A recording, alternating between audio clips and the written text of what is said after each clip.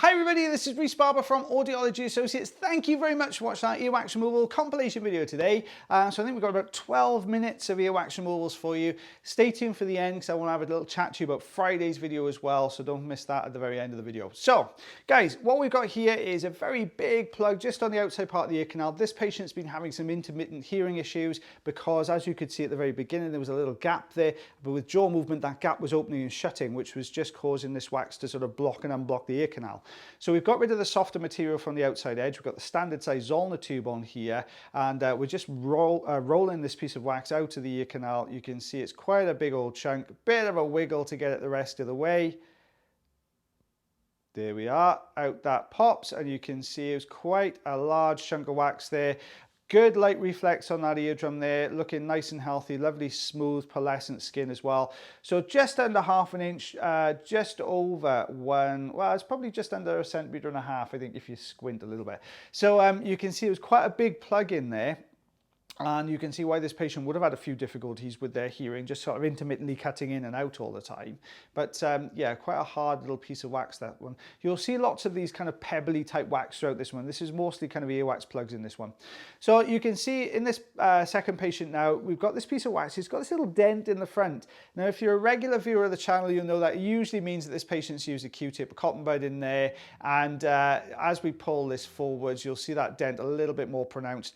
Always a little bit more difficult when somebody uses cotton buds or Q-tips, because it tends to push the wax much further into the ear and squashes it into all the nooks and crannies and impacts it, so squashes it together, and it can harden up into these kind of shapes you can see here. But a telltale sign is if there's a dent in the front, that's where the end of the cotton bud or the end of the Q-tip's been kind of moving around in there. So we've got that initial plug out, but when we look behind now, we can see we've got this very deep section with a little sort of tail end of it here at the bottom of the canal as well. So we've got a good grip on this section here.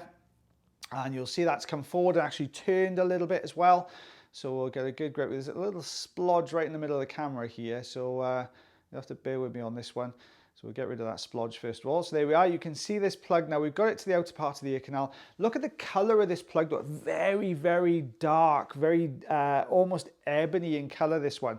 So yeah, it's been in there a little while.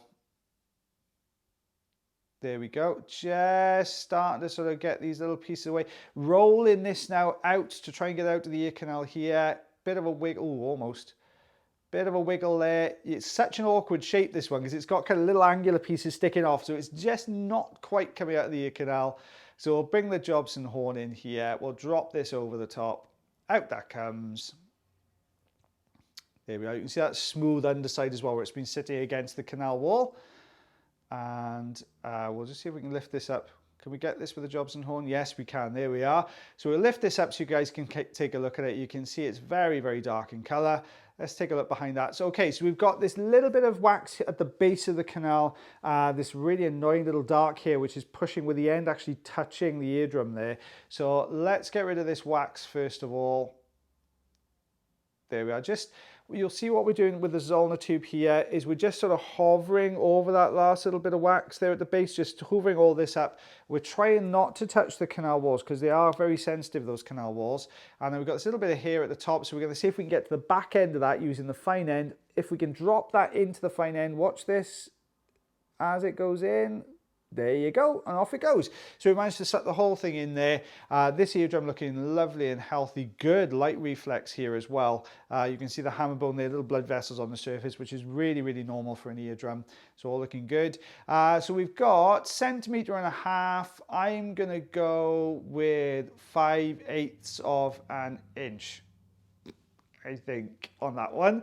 So and you can see very dark in color, this one as well. It's not uncommon to see these darker waxes, especially at the moment where people would normally be getting their wax removed quite regularly beforehand. Obviously with lockdown, other bits and pieces here in Wales, they haven't really been coming out or not wanting to venture out, understandably so, to get this done.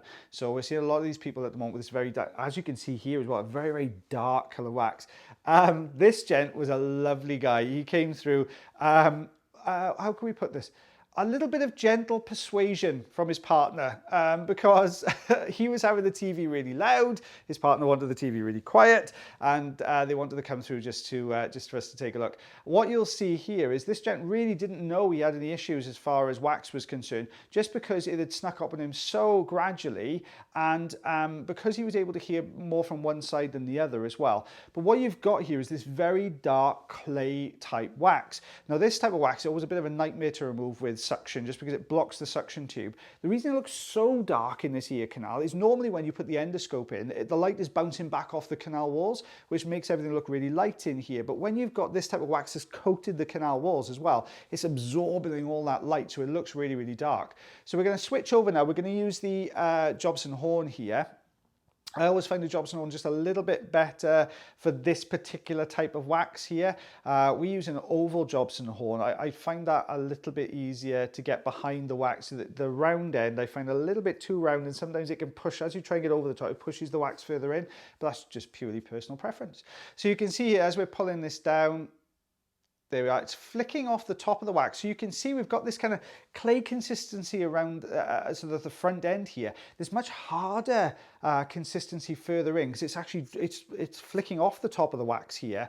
So yeah, it's always a difficult one to try and describe the consistency. And sometimes it'll be quite sort of crumbly in places as well. As you can see here, we just got these little crumbly bits taken away. I thought of a really good analogy for this. My son used to play with kinetic sand. I don't know if it's a British thing. It's probably everywhere, kinetic sand. And it's this kind of sand you can mold into shapes and things. It's kind of that consistency. So when it's all molded together and compressed together, it's quite hard. But when you start breaking bits off, it crumbles. And that's what you can see here. So we've got this really big plug that's coming away now.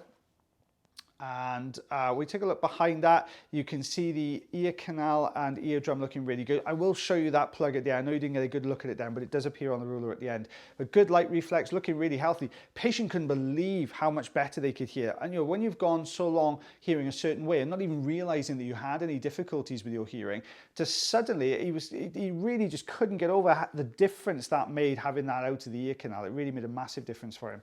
So this is the patient's second ear. Now you can see very similar type wax on this one.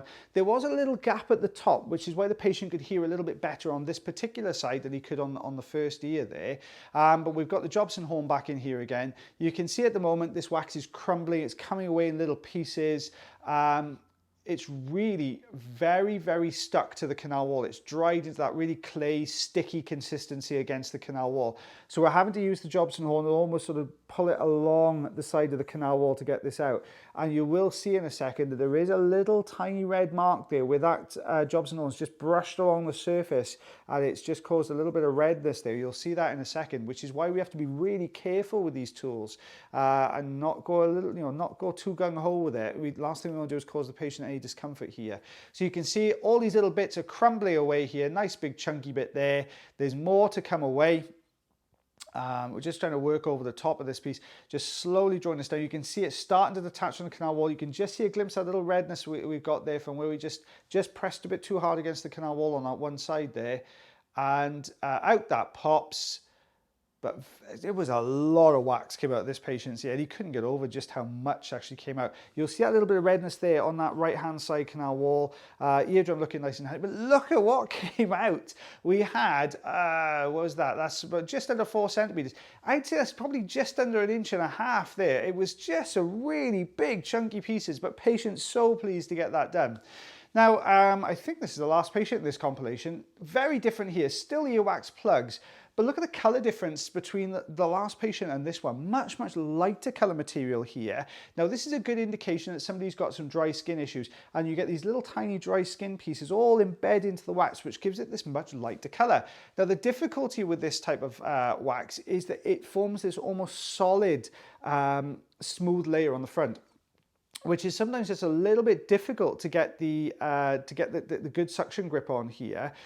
So you'll see as we've got this, we're just pulling this top layer down. We've created a little tiny gap here at the top. So much better in a second, we're going to go in with the Jobson horn. We're just going to pull this down just a little bit. Sorry, I was a bit of a spoiler there. I thought the Jobson horn was coming next. So you can see in a second, we'll go in with the Jobson horn. But I'm really fighting to try and detach this. There we go, there it is. Not too much for a spoiler. So you can see we're just going to go over the top. We're going to get between the skin of the ear canal wall and that top piece of wax. We're going to push downwards, so away from the canal wall. And because this wax is quite solid, it's going to roll. And you will see as it comes away now, there we are. It crashes straight into the front of the endoscope. I wasn't pulling the endoscope back quick enough. And yeah, quite a big, chunky, dry piece of wax. We're going to lift this up in a second. We can't actually get it's that dry and hard. We couldn't get the Jobson horn in it to pick this up. So we've got the suction tube here. You can see that lighter material and this sort of slightly darker material in the middle. That's the older type wax that's surrounded by these sort of dry skin flakes around the outside edge. So we're just going to pick this little bit up off the bottom there. There we go. Let's take a look at that eardrum. Nice and healthy. You can see the blood vessels there on the ham bone. That's really normal for a patient's ear canal because the skin is it's obviously pulled quite tight over the top of the hammer bone there. It brings the blood vessels to the surface. So this is the patient's second ear, and we're just going to go straight in with a Jobson horn on this one. It worked really well for the last patient. It's not unusual for us to use the same tool. If one's worked really well on one side, chances are it's going to work well on the other. So you can see here it's just rolling this section down. Out this comes in a second. Here we are, it's almost there. It's not, it's just, there we go. Now it was that, so that little twist as it came away, quite big, chunky piece, this one as well. So I think we're going to have to pick this one up with the suction. Yes, we are. There we go. And you'll see all those little kind of loose little bits of skin around the outside, those little crumbly pieces. You'll see this section here on the left-hand side as well. So basically what you're doing with this one is you get these, sometimes with dry skin, these very sort of thin, dry plates that sit on top of the canal walls here. And that's what it's quite common to see that. Well, we're just sort of taking the bits of loose dry skin away. You can see that plate there lifted up from the base. So if we flatten that plate out, we can get a good grip on that, that wide section at the front of it, just there. If we pull that away now, out that comes. There we go. And it's just a case of just tidying up, do a little bit of hoovering up around the outside edge here. There we go. And there's a little dry piece a bit further in. So out that piece comes as well. There we go. I can see a couple of little crumbly pieces in there. So we'll just take some of those little crumbly pieces away as well. A little lift at the bottom. Let's get rid of that.